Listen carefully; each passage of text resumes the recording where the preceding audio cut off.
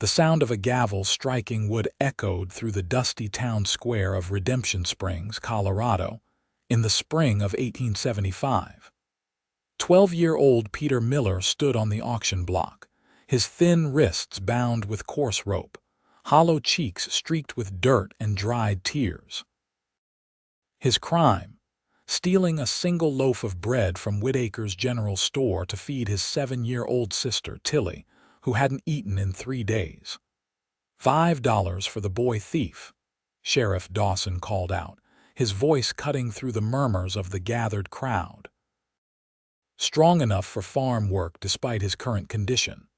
$5 to cover his crime and take this burden off the town's hands. Peter's eyes, a startling deep blue despite his gaunt face, scanned the crowd desperately. He could see Tilly at the edge of the gathering, clutching her ragged doll, tears streaming down her face as Mrs. Peterson from the boarding house held her shoulder in a firm grip. The siblings had been orphaned just 3 months prior, when influenza took both their parents within days of each other. With no family to claim them and no money to their names, they'd been surviving on odd jobs and the occasional charity until desperation drove Peter to theft. $5 once, the sheriff called, disappointment evident in his voice. The townsfolk shifted uncomfortably, looking away from the boy's pleading eyes. $5 twice, $10, a deep voice called from the back of the crowd. The gathering parted as a tall man stepped forward. Preston Hayes was well known in these parts, owner of the Silver Creek Ranch that sprawled across 5,000 acres outside of town. His weathered face was partially hidden beneath the shadow of his wide-brimmed hat, but his eyes were clear and assessing as they locked on Peter. "Mr. Hayes," Sheriff Dawson acknowledged with surprise. $10 it is, then. And the girl, Preston added, nodding toward Tilly. "I'll take her too." A murmur rippled through the crowd. The sheriff frowned. "The girl isn't part of the auction, Mr. Hayes. She's not committed any crime." "And where do you propose she go?" Preston asked, his voice level but with an underlying steel. "To your overcrowded orphanage with no funds. Or perhaps you'll auction her off next week when she inevitably steals to survive without her brother." The sheriff had the decency to look uncomfortable. "That's not for me to." $20 for both children, Preston interrupted, pulling bills from his leather wallet. "Unless someone else wants to take responsibility for them." Silence fell over the town square. Mrs. Peterson, who had been keeping Tilly temporarily, looked relieved as she released her hold on the girl's shoulder. "Going once for $20, Sheriff Dawson called half-heartedly. "Going twice. Sold to Mr. Preston Hayes of Silver Creek Ranch." As the sheriff cut the bindings from Peter's wrists, Tilly broke away from Mrs. Peterson and ran to her brother, throwing her arms around his waist. Peter hugged her tightly, his eyes never leaving the tall rancher who had just purchased them. Preston approached the siblings, his expression unreadable. "Gather your belongings," he said simply. "My wagon's out front." "We don't have any belongings, sir," Peter said, his voice stronger than might be expected from his frail frame. "Just Tilly's doll."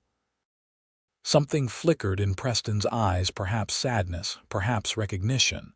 He nodded once. "Then we'll head to the ranch now.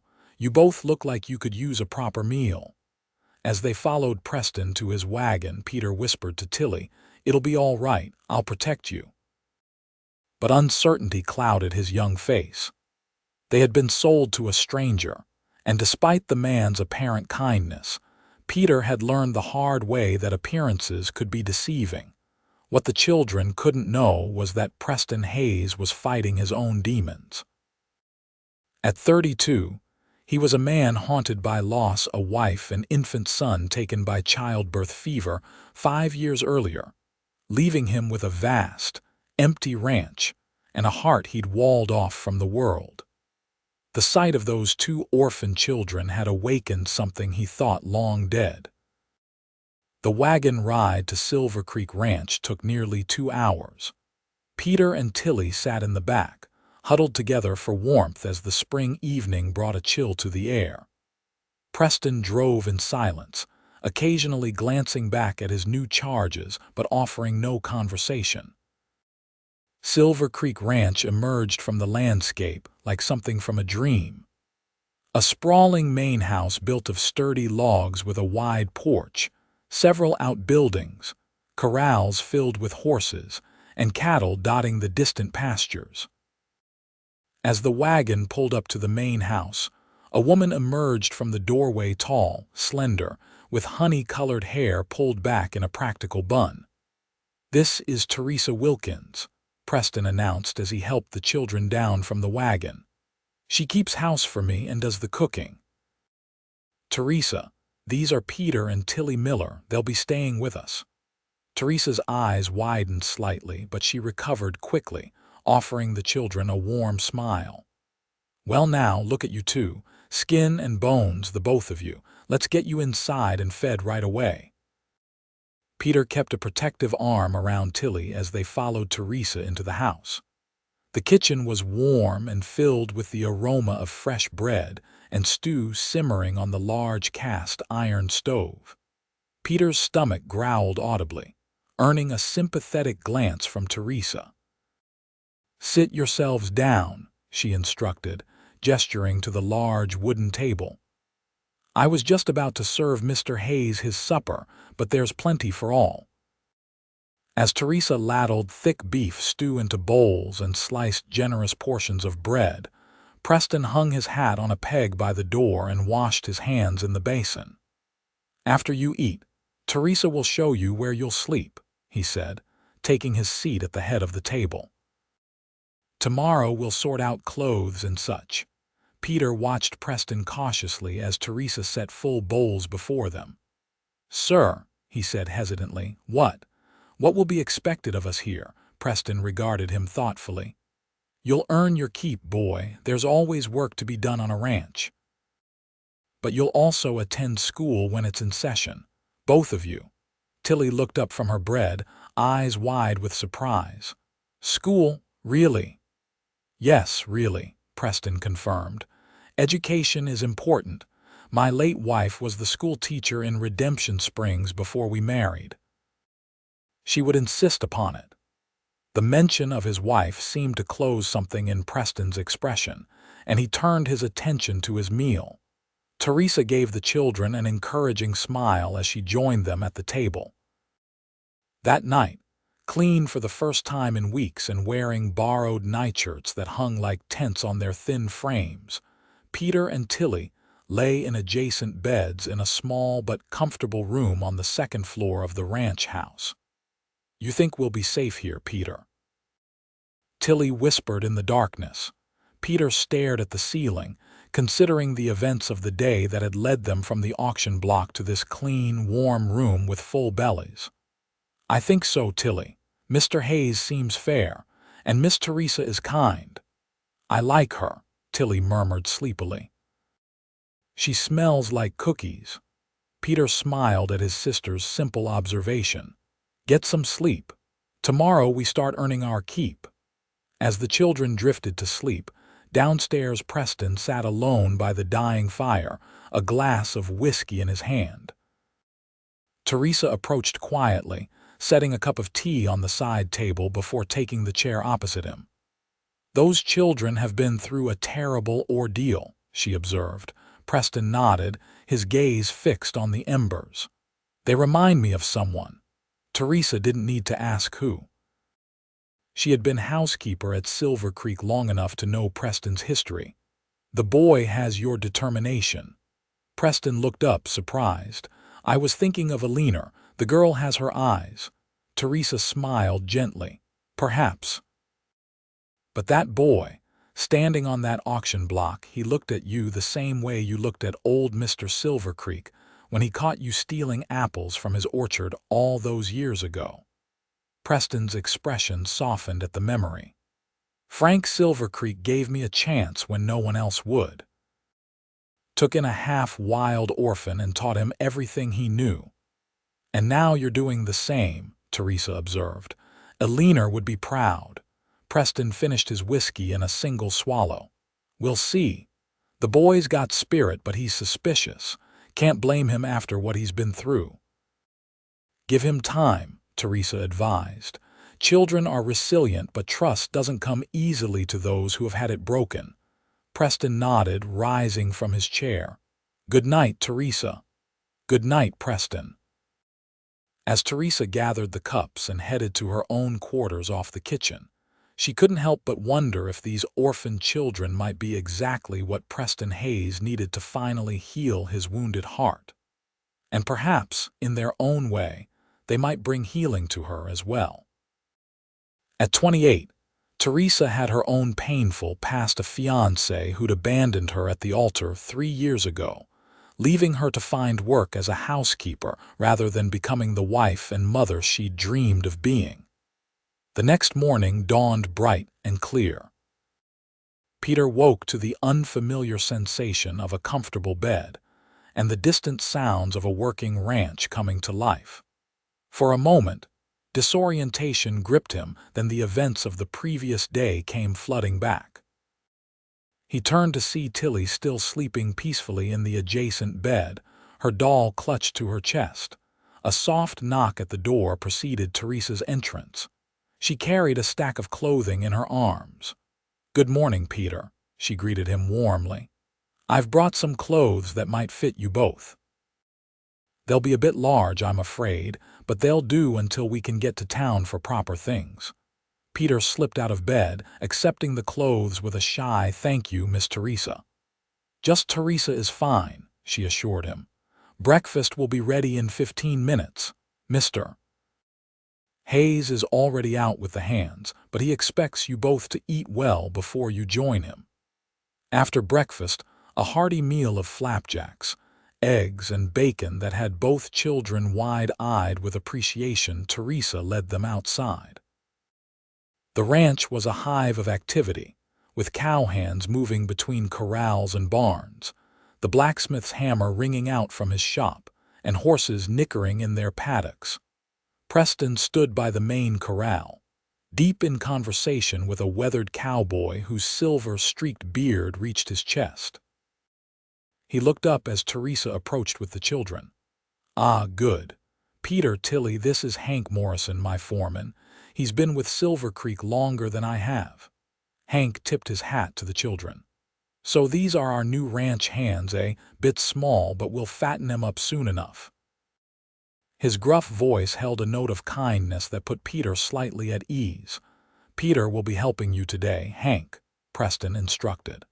"Nothing too strenuous to start. We need to build his strength. Tilly will stay with Teresa for now." Tilly's hand tightened around Peter's. "But I want to stay with Peter," she protested, her voice small but determined. Preston crouched down to meet her eyes. "Your brother has work to do, Tilly. And Teresa needs help in the garden. You'll see Peter at dinner and every evening. I promise no one will separate you permanently." Peter squeezed his sister's hand. "It's all right, Tilly. I need to work so we can stay here, and you'll have fun with Teresa." Reluctantly, Tilly released her brother's hand and moved to Teresa's side. As the housekeeper led her toward the kitchen garden, Preston turned to Peter. "Come on, boy. Time you learned about ranch life." The next few weeks established a routine. Peter worked from dawn until mid-afternoon, learning to mend fences, care for livestock, and 100 other tasks essential to the running of a successful ranch. Though his hands blistered and his muscles ached, he never complained. Every task completed was another day secured for himself and Tilly. True to Preston's word, both children began attending the small schoolhouse in Redemption Springs once a week, riding in with Preston when he went to town for supplies. The other children were initially curious about the auction boy and his sister, but the Hayes name carried enough weight that no one dared to bully them openly.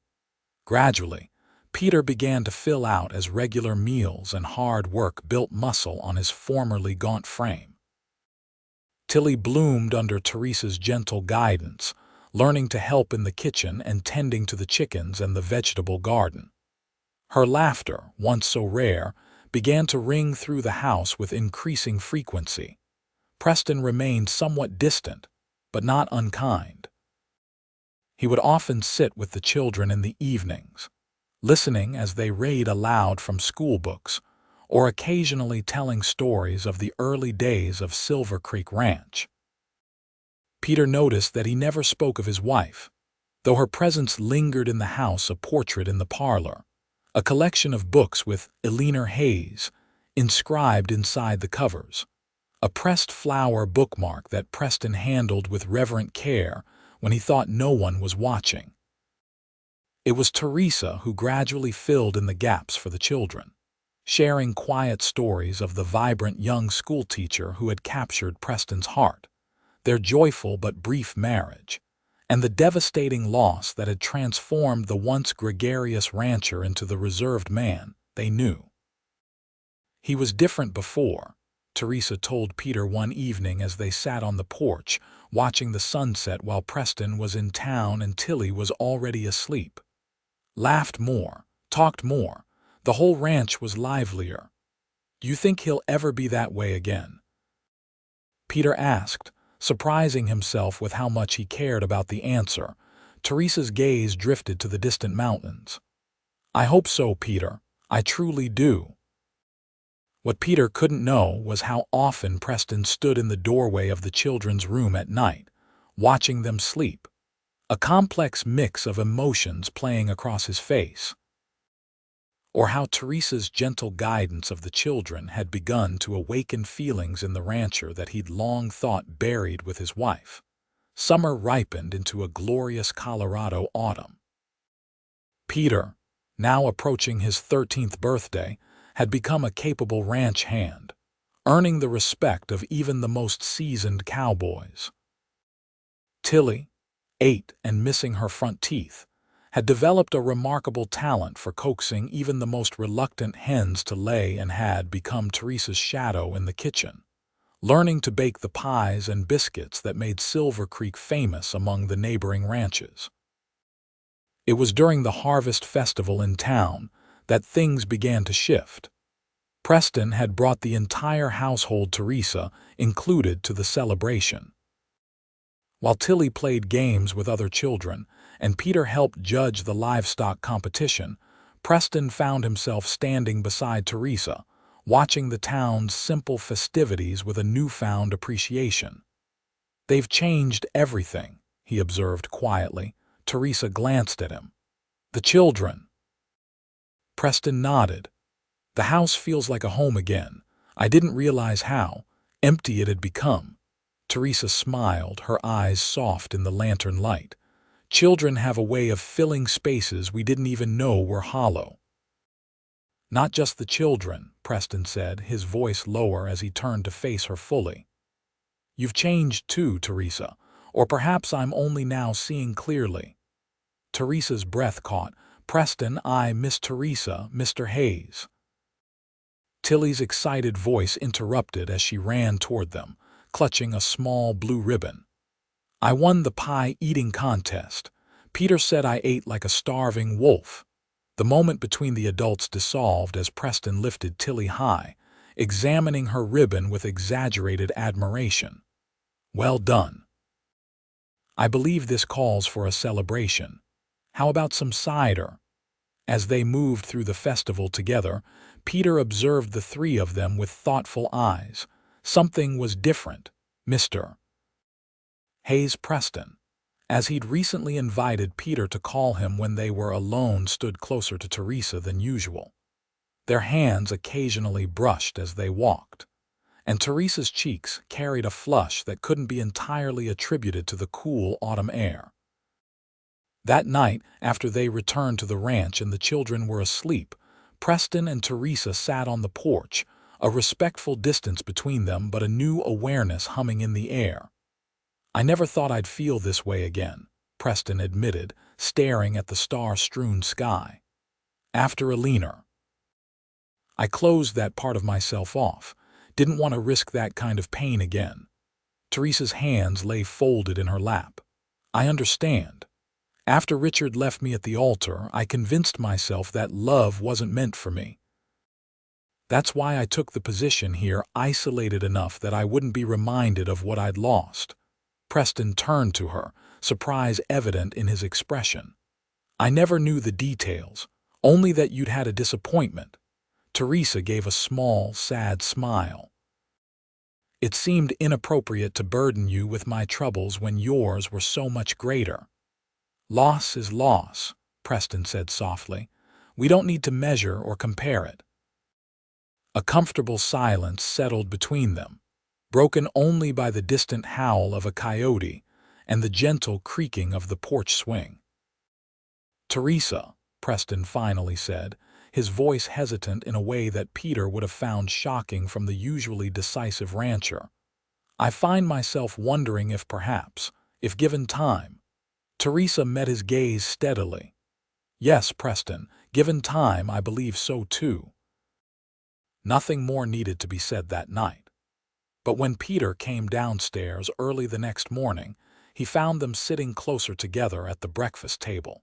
A new ease in their interaction that made something warm bloom in his chest. For the first time since his parents died, he allowed himself to imagine a future where he and Tilly might truly belong.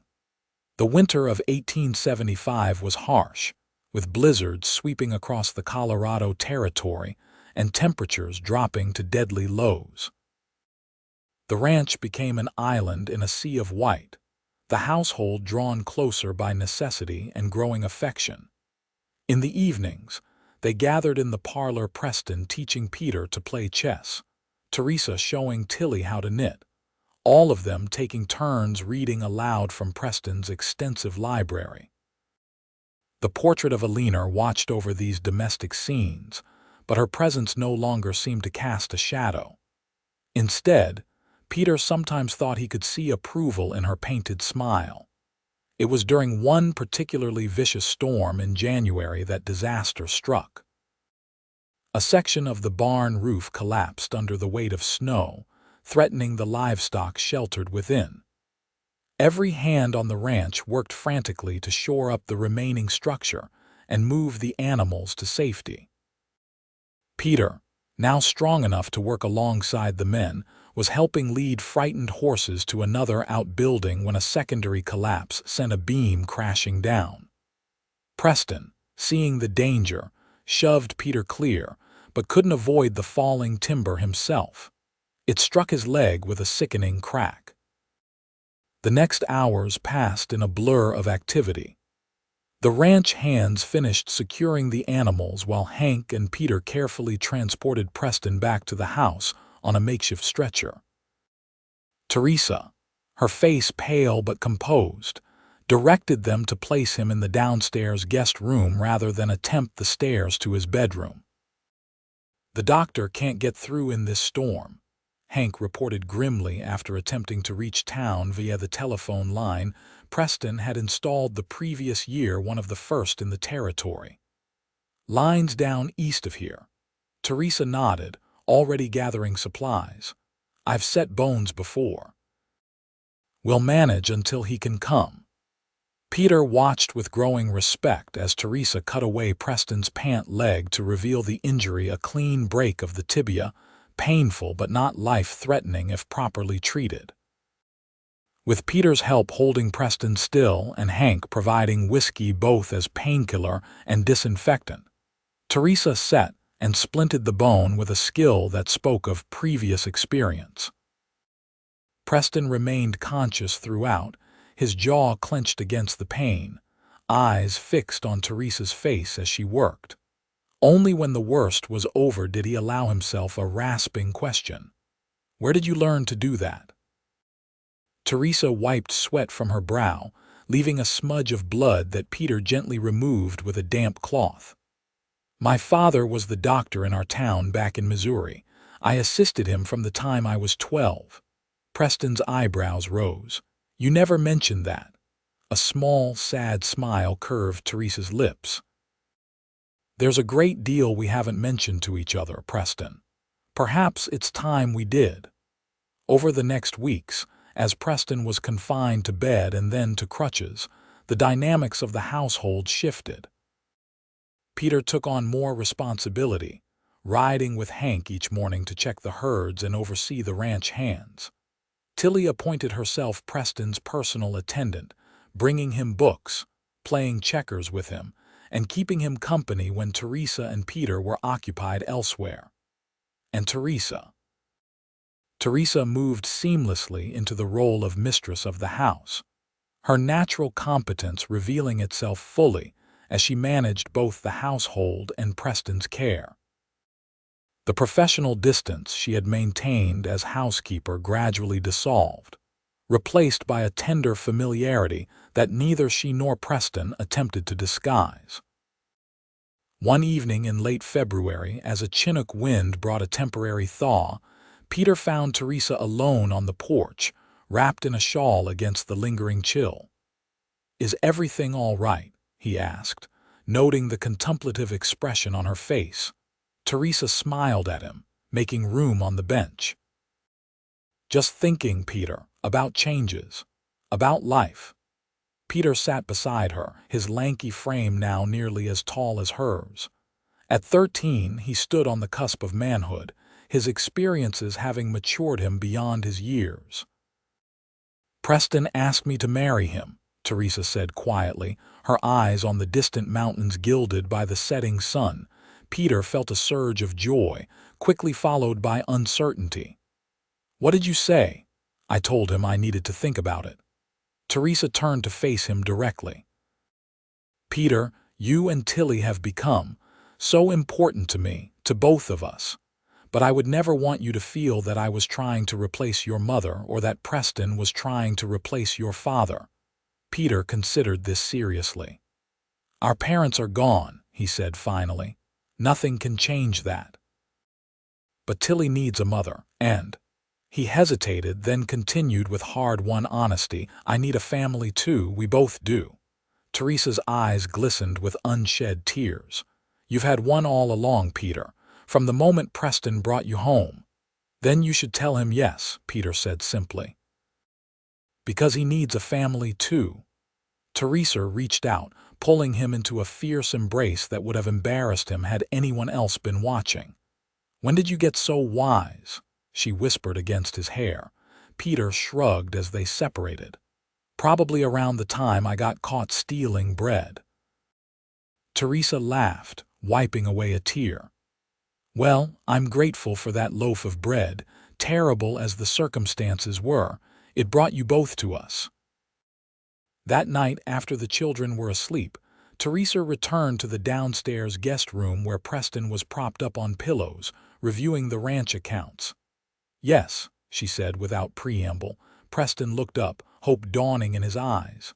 "Yes." Teresa crossed to his bedside, taking his hand in hers. "Yes, I will marry you, Preston Hayes, but there's a condition." "Name it," he responded immediately. "I want us to adopt Peter and Tilly. Legally. Make them our children in the eyes of the law as they already are in our hearts."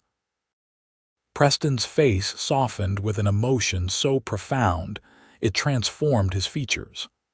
"I was going to suggest the same thing. They deserve our name and all the protection it can provide." Teresa leaned down, pressing her lips to his in a kiss that sealed their agreement and promised a future none of them could have imagined 6 months earlier. The wedding took place in May 1876, when wildflowers carpeted the ranch meadows and Preston's leg had healed enough for him to stand without crutches. It was a simple ceremony held on the ranch, with only the household, the ranch hands, and a few close friends from town in attendance. Tilly served as flower girl, scattering petals with solemn concentration, while Peter stood proudly as Preston's best man. Judge Williams, who had traveled from Denver for the occasion, performed a double ceremony, first uniting Preston and Teresa in marriage, then finalizing the adoption of Peter and Tilly Hayes as their legal children. There wasn't a dry eye among the ranch hands, as the newly formed family embraced on the flower-decked porch of the home they now all truly shared. The reception that followed was a joyous affair, with tables set up under the cottonwood trees and Teresa's wedding cake a masterpiece she and Tilly had labored over for days taking center stage. As fiddles struck up a lively tune, Preston led Teresa in their first dance as husband and wife, his slight limp only adding character to his movements. Peter stood at the edge of the makeshift dance floor, watching with a contentment he hadn't felt since before his parents' deaths. Hank sidled up beside him, offering a cup of punch. "Quite a turn of events, eh, boy?" the foreman observed. "From the auction block to heir of Silver Creek Ranch, life's strange that way." Peter nodded thoughtfully. "Do you think they would have found each other without us?" he asked, watching as Preston whispered something that made Teresa laugh, her face radiant in the late afternoon sunlight. Hank considered this, stroking his beard. "Hard to say. Your new pa had locked his heart up tight after losing a leaner. And Teresa, well, she had her own hurts to overcome. Sometimes people need a reason to risk loving again." He clapped Peter on the shoulder. "Looks like you and your sister were that reason." As the music changed to a slower waltz, Preston approached Peter with Tilly in tow. "May I have this dance with my daughter?" he asked formally, bowing to the giggling 8-year-old. While your brother dances with your mother, Peter felt a momentary panic he'd never danced before. But Teresa was already moving toward him, her simple white dress swirling around her ankles, her smile encouraging. "I don't know how," Peter admitted as she took his hands. "Then I'll teach you," Teresa replied. "That's what mothers do." As they joined the other couples on the dance floor, Peter moving awkwardly at first but gradually finding the rhythm, he caught Preston's eye over Tilly's head. The man who had purchased them at auction, who had given them a home, an education, and now a family gave him a nod of such profound respect that Peter stood taller, suddenly feeling every inch the young man he was becoming. The years that followed brought both joy and challenges to the Hayes family. Preston and Teresa welcomed a son of their own in 1877, Frank Hayes, named after the man who had once given Preston the same chance he had extended to Peter. Far from creating division, little Frank's arrival only strengthened the family bonds, with both Peter and Tilly doting on their baby brother. Peter grew into his role as ranch heir, learning every aspect of the cattle business under Preston's guidance. By 16, he was accompanying Preston on cattle drives and negotiations with buyers. By 18, he was effectively managing portions of the ranch operation independently, showing a natural head for business that made Preston prouder than he could express. Tilly blossomed into a confident young woman with Teresa's compassion and her biological mother's artistic talent. She excelled in school and developed a particular interest in medicine, inspired by Teresa's knowledge and the frontier's desperate need for trained healers. On Peter's 20th birthday, in 1883, Preston took him on a ride to the highest point of Silver Creek Ranch. As their horses stood side by side on the ridge overlooking the vast property, Preston gestured to the landscape below. "One day, all of this will be yours, Peter. To share with Tilly and Frank, of course, but as the eldest, the responsibility will fall to you." Peter surveyed the ranch that had been his home for 8 years. "I won't let you down." Preston turned in his saddle to face him fully. "You never have. Not once since the day I brought you here." Peter met his adoptive father's gaze. "Can I ask you something I've always wondered, of course? Why did you do it? Buy us that day? You didn't know us, had no reason to care what happened to us." Preston was quiet for a long moment, his eyes distant with memory.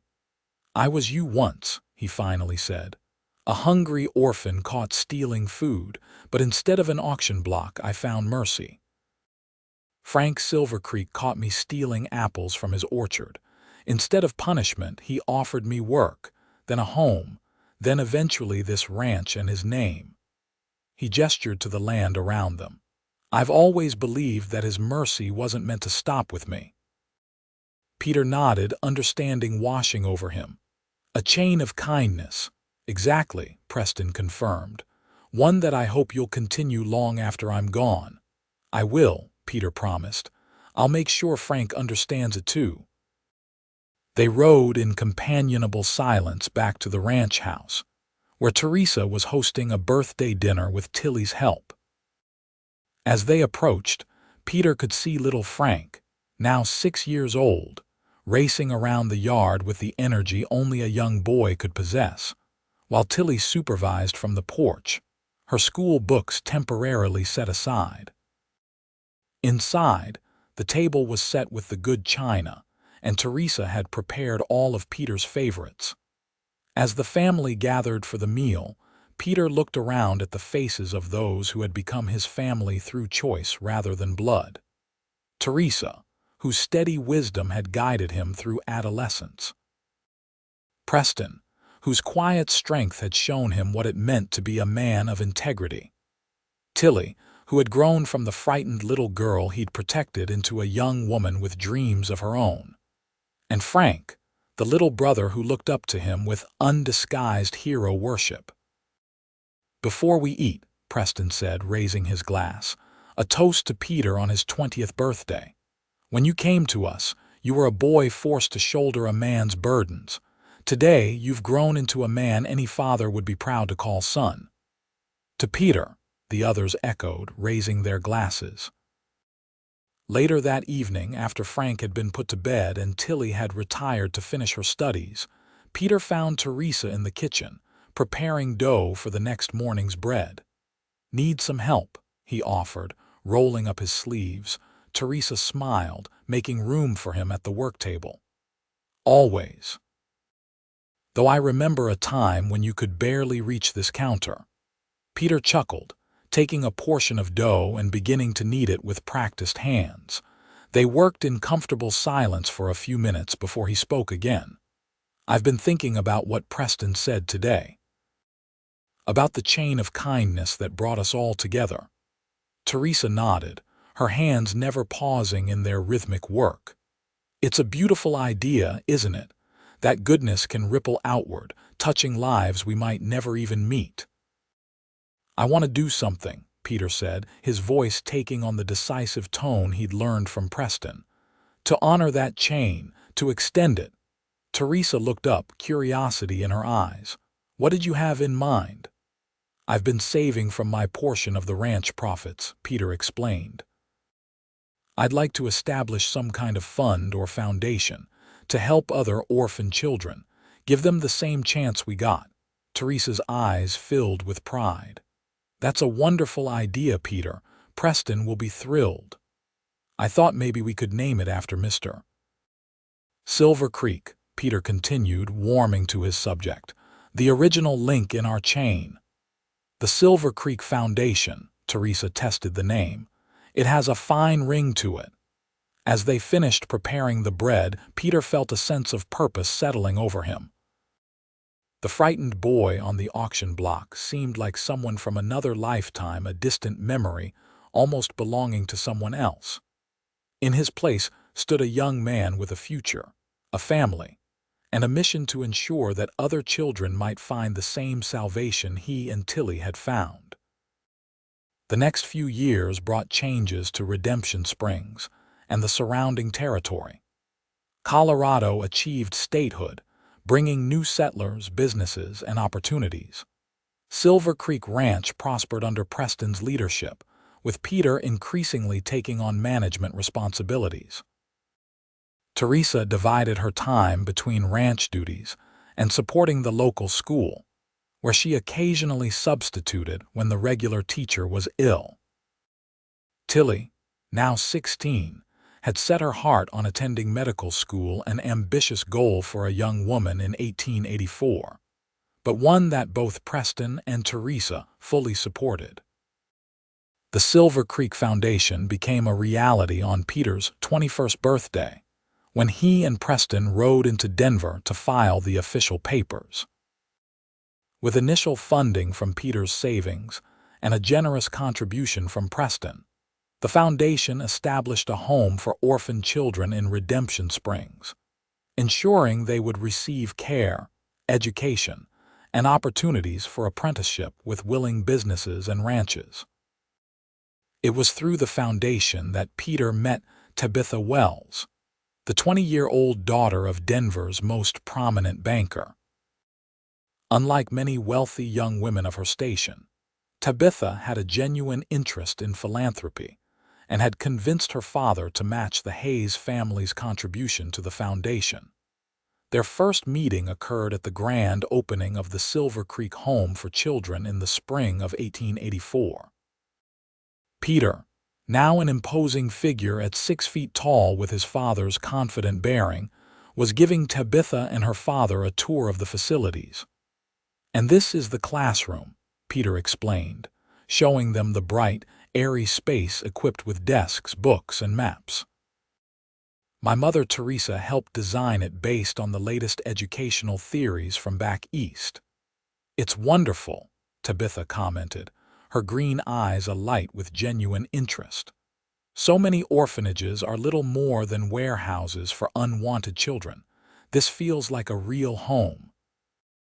Peter smiled, pleased by her understanding. "That's exactly what we wanted. A place where children could feel safe and valued, not just housed."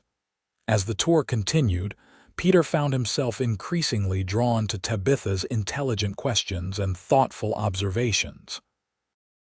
Unlike other young women he'd met who seemed interested primarily in his status as heir to Silver Creek Ranch, Tabitha engaged with the mission of the foundation on its own merits.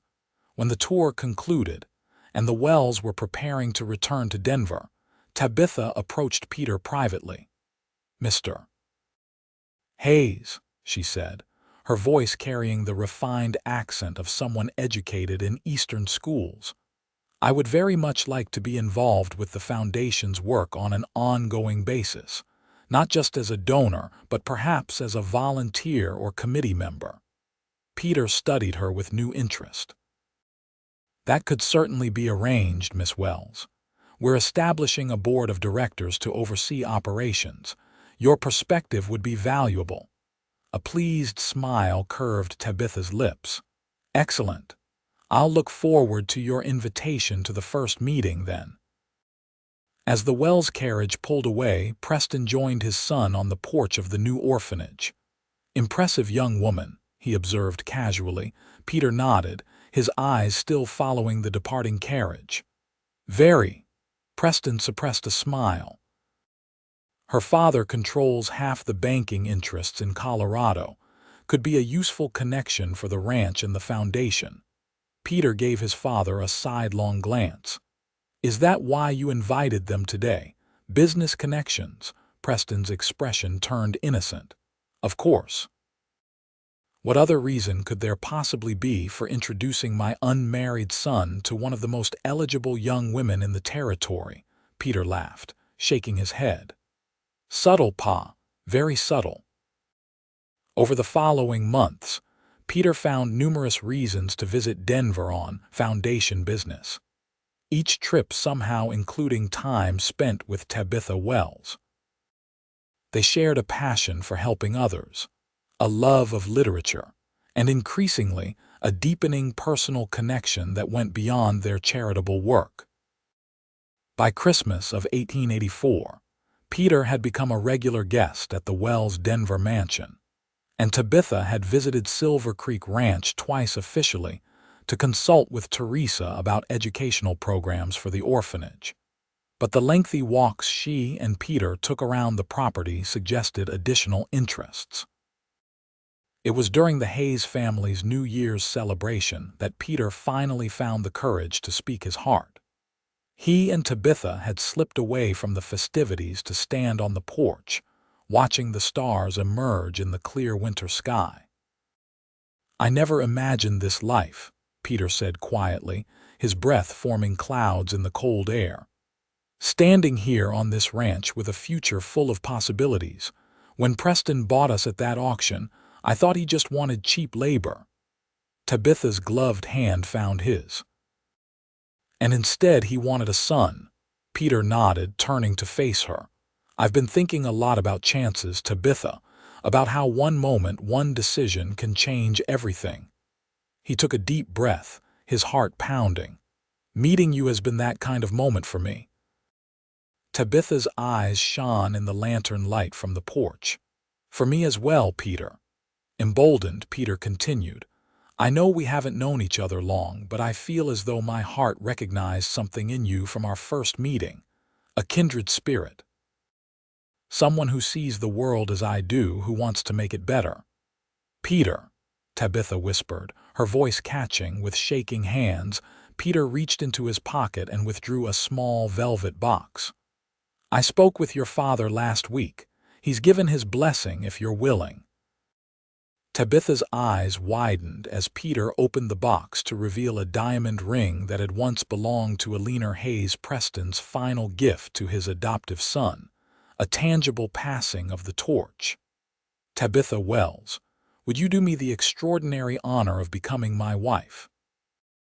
For a heart-stopping moment, Tabitha was silent, her eyes moving from the ring to Peter's face and back again. Then a radiant smile broke across her features. Yes, she said simply. Yes, Peter Hayes, I will marry you. As he slipped the ring onto her finger, cheers erupted from the doorway. They turned to find the entire Hayes family watching Preston with his arm around Teresa's waist, Tilly clapping her hands in delight, and young Frank jumping up and down with excitement. You were all watching? Peter asked, embarrassed yet pleased. Of course we were, Tilly replied matter-of-factly. Teresa said it would be rude to interrupt such an important moment, but not nearly as rude as missing it entirely. Laughter rippled through the group as they moved to congratulate the newly engaged couple. Preston embraced Peter with uncharacteristic emotion. Your mother would be so proud of the man you've become, he said quietly, referring not to Teresa, but to the woman who had given birth to Peter. Both your mothers would. The wedding of Peter Hayes and Tabitha Wells in June 1885 was the social event of the season. Held at Silver Creek Ranch, it united two of Colorado's most prominent families and drew guests from as far away as San Francisco and New York.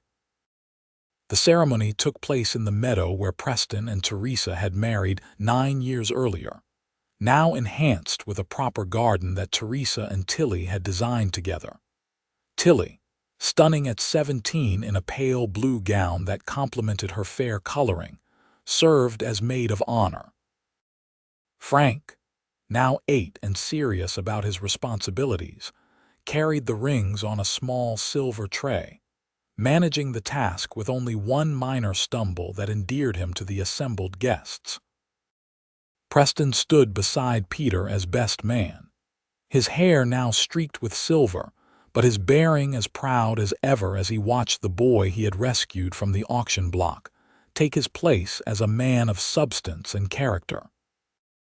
When Tabitha appeared on her father's arm, a collective murmur of appreciation rose from the guests.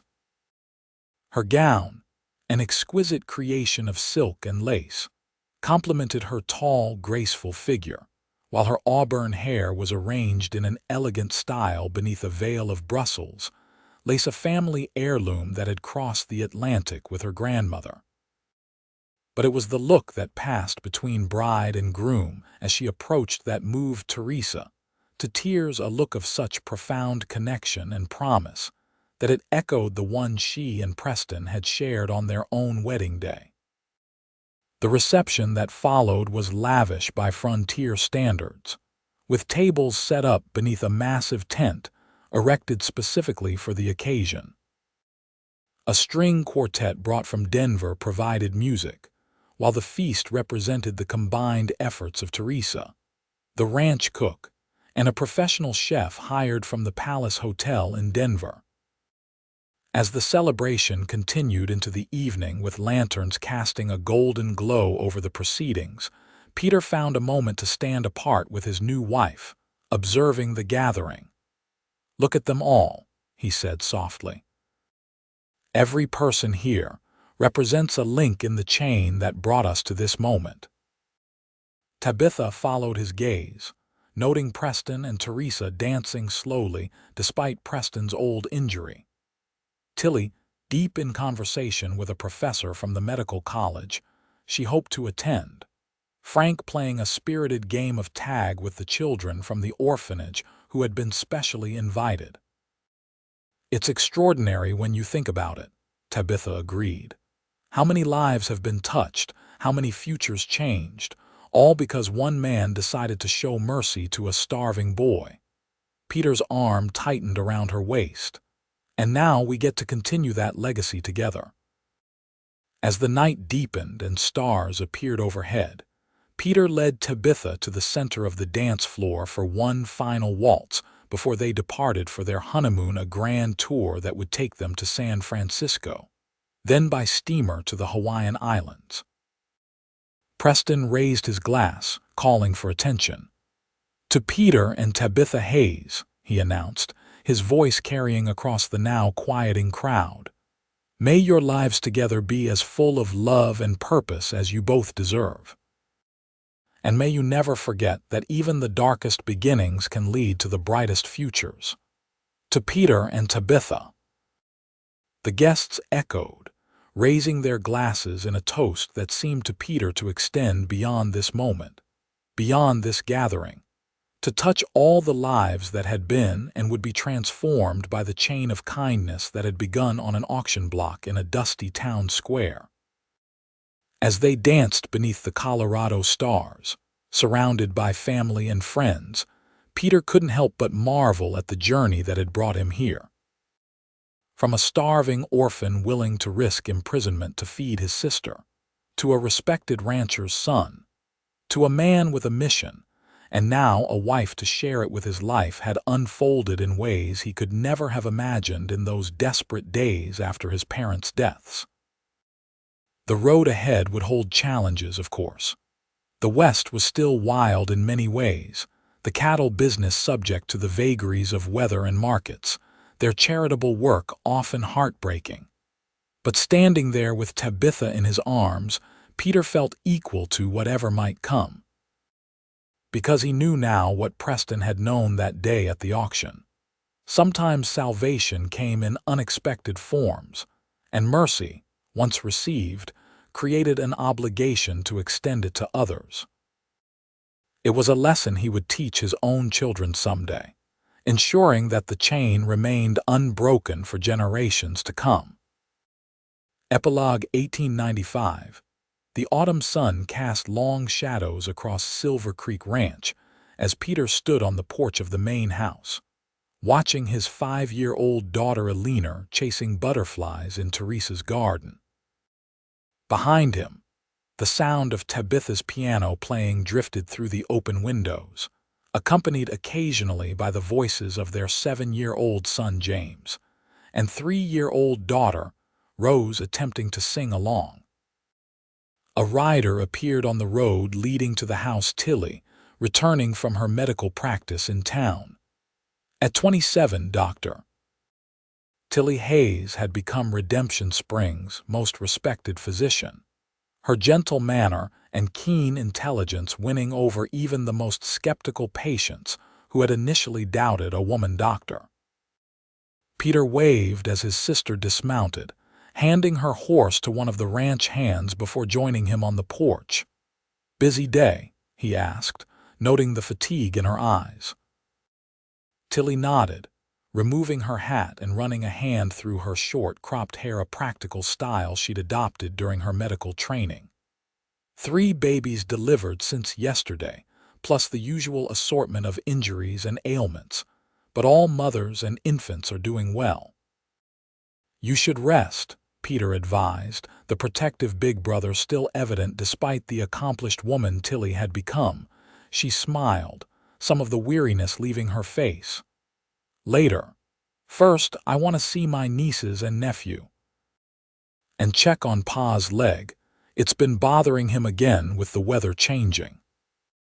They entered the house together, greeted by the organized chaos that was the Hayes household, children's toys scattered across otherwise immaculate floors, the smell of Teresa's cooking mingling with the fresh flowers Tabitha refreshed daily, books and medical journals stacked on tables alongside ranch ledgers and foundation reports.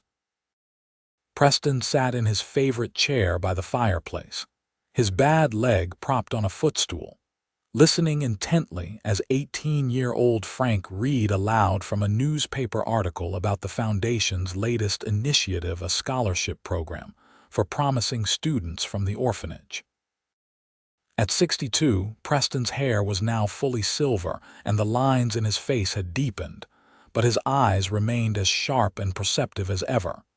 He looked up as Peter and Tilly entered, his expression warming. "There you are," he greeted Tilly. "Your mother's been keeping dinner waiting for you." Teresa appeared from the kitchen, wiping her hands on her apron. "Only because I knew you'd be hungry after your rounds," she corrected, embracing Tilly before turning to Peter. "And Tabitha said to tell you she's almost finished with her lesson with the children."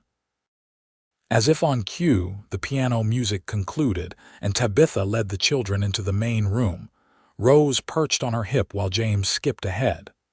Upon seeing his aunt, James let out a whoop of delight and launched himself at Tilly, who caught him with practiced ease despite her tiredness. "Aunt Tilly, did you bring your stethoscope? You promised I could listen to my heart," Tilly laughed, setting him down. "I did indeed, young man. After dinner, if your parents approve." Peter met Tabitha's eyes across the room, sharing a moment of quiet joy at their son's enthusiasm. Their marriage had proven to be everything they'd hoped for, a partnership of equals, founded on shared values and deepened by the children who had joined their family. As they gathered around the large dining table that had been in the Hayes household since Preston's time, Peter took his place at the head, a position Preston had insisted he take after Peter assumed full management of the ranch 5 years earlier. Tabitha sat to his right, with their children arranged between her and Teresa. Preston occupied the opposite end, with Tilly and Frank flanking him. "Before we begin," Peter said as Teresa finished serving, "I have an announcement." All eyes turned to him expectantly. "The governor has approved our proposal. The Silver Creek Foundation will receive state funding to establish similar homes in 5 other counties." Exclamations of delight circled the table, with Preston's quiet "well done, son" carrying perhaps the most weight. "That's wonderful news," Tabitha said, her eyes shining with pride. "How many more children will this help?" "Potentially hundreds," Peter replied. "And the governor mentioned that other states are watching our model closely. It could spread well beyond Colorado." As the conversation flowed around him, Tilly discussing medical care for the new homes, Frank offering to help with administrative matters during his break from college, Teresa and Tabitha already planning training programs for house parents, Peter felt a profound sense of fulfillment. The chain that had begun with Frank Silver Creek's mercy to a young Preston, that had continued with Preston's rescue of Peter and Tilly, was now extending exponentially, touching lives they would never personally know but who would benefit from that original act of kindness. Later that evening, after the children were in bed and the household had settled into nighttime routines, Peter found Preston on the porch, gazing at the stars that had witnessed so much of their shared history. "Mind if I join you?" Peter asked, settling into the adjacent rocking chair without waiting for an answer. Preston smiled, the gesture crinkling the corners of his eyes. "I was just thinking about that auction day, how close we came to never having all this."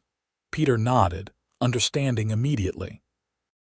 "If you hadn't been in town that day, or if I'd ignored what was happening," Preston added. Small moments, big consequences. They rocked in companionable silence for a while, listening to the night sounds of the ranch, distant lowing of cattle, the occasional whinny from the stables, the gentle creaking of the house settling around the family it sheltered. "Thank you," Peter said finally, the words inadequate for all they encompassed but necessary nonetheless. "For everything." Preston reached across the space between them, clasping Peter's shoulder with a hand that had grown gnarled with age but lost none of its strength. "No, son, thank you. You and Tilly. You saved me as much as I saved you." As the moon rose over Silver Creek Ranch, casting silver light over the land that had witnessed their transformation from strangers to family, Peter understood the truth of Preston's words. They had saved each other, and in doing so, created a legacy that would continue to save others long after they were gone. The starving boy on the auction block could never have imagined this future. But the man he had become would ensure that other children in desperate circumstances might find the same salvation, a home, a family, and the chance to extend the chain of kindness that had changed everything.